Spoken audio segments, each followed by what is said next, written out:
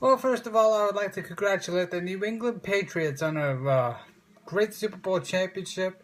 They made a heck of a comeback, down by 10 against the Seattle Seahawks.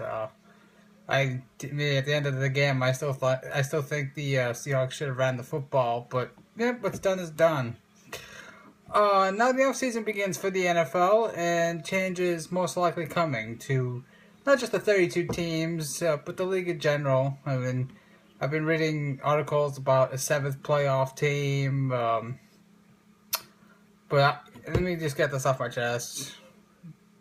Uh, every offseason, I read about player arrests, players checking into rehab, or some off-field negative news, and I for one am sick and tired of seeing that, because to me it puts a cloud over the league. We talk about integrity. We're talking about protecting the shield, uh, and I just think they seem to be more worried about deflated footballs than uh, policing their own players. So we'll see what happens. But back to the seventh playoff team thing, I've been reading a lot of articles on Pro Football Talk about adding a seventh playoff team to each conference. Now, the more I read into that, the more I think about it, I actually do support the idea of adding a seventh team. Now, there is the threat of diluting the regular season, but then there's the positive, which would create extra competition for not only the number one seed, but also the last seed. Teams at the top trying to get that bye, knowing that only one team will get that bye, will just be going all out for 16 weeks. But like I said, the positives and negatives to this rule. To this change. There's only really one way to know if it has a positive impact, is to actually go ahead and do it. Now for the Houston Texans, I'm actually a fan of the Texans, but from what I saw, I thought they had a really good season. They juggled 4 quarterbacks, got a little help from the 2014 draft class. We'll see what happens with those young guys going forward. But they also had some injuries, but every team in the league has injuries, so there's no excuse there. They were also learning a new system under Coach Bill O'Brien, who I thought did a tremendous job getting everybody to buy into his system. He showed tremendous leadership in the offseason with the whole Andre Johnson situation. Managed to get him into camp, get him to buy into what they're doing, and we got some decisions to make. Decisions to make on Brian Cushing and Andre Johnson and Darian Foster. Where do they go? What do they do? Will they be aggressive in free agency? But as of right now, the Texans are just a playoff team, in my opinion. In my eyes, I think they're just a playoff team. But for them to become a legit Super Bowl contender, they gotta find a quarterback. You can't juggle 4 quarterbacks and expect to win a Super Bowl. Is it Ryan Mallett? Is it Tom Savage? Is it Case Keenum? Is it a draft pick? Did they go out and trade for Nick Foles? No, I think they should trade for Foles. Now that's if he becomes available, but I think he'll be available. I think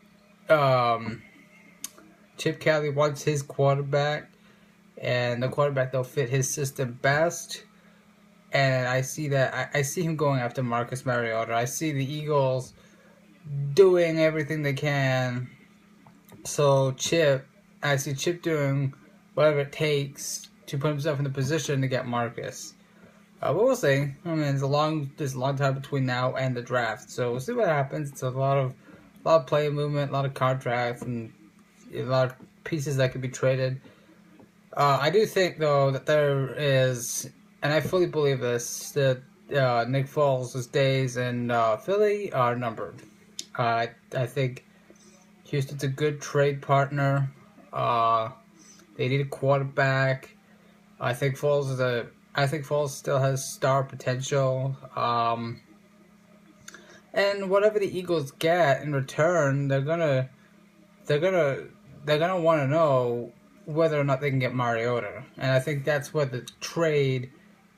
Whether I think I think that's where the whole Foles trade comes down to is, do they have a legit chance to get Market? Do they have a legit chance to get the number 1 pick, or even a top 5 pick? And do they have a chance to get Marcus Mariota? Because if Chip Kelly's guaranteed they have a chance to get Mariota, I don't see them keeping Nick Foles.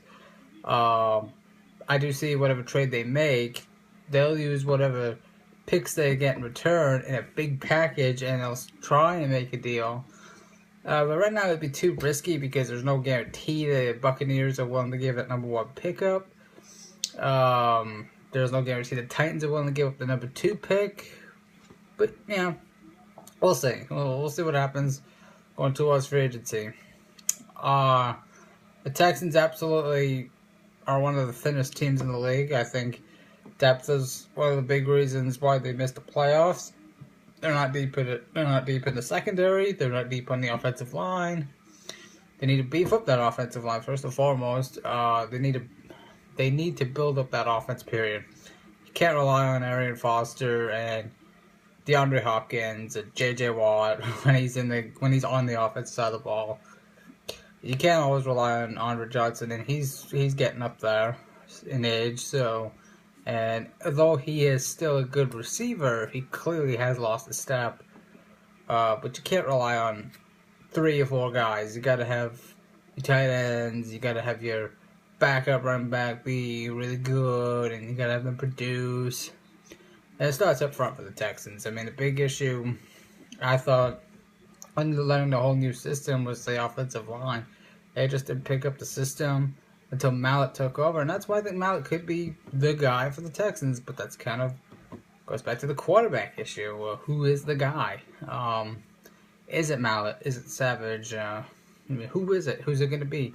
They're going to draft a guy, but I do see potential in Mallett and Savage. I think both of them have really big arms. I think Savage has better touch.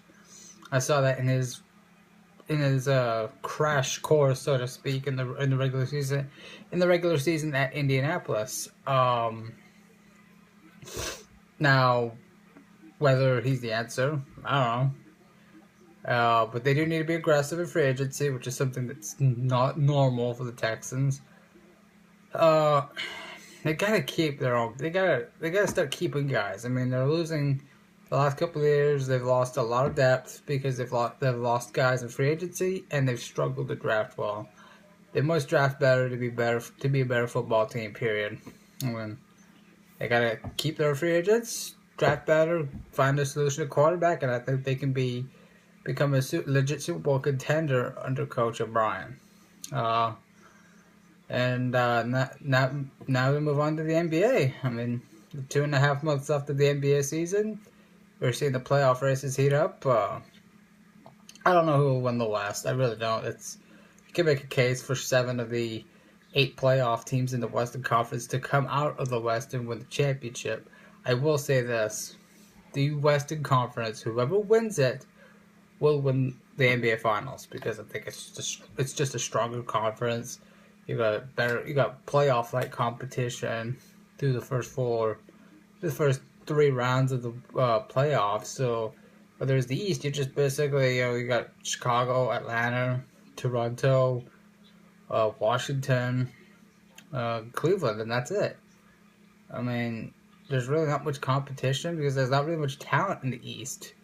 There's some decent teams, there's some good young teams, but most of them are just rebuilding.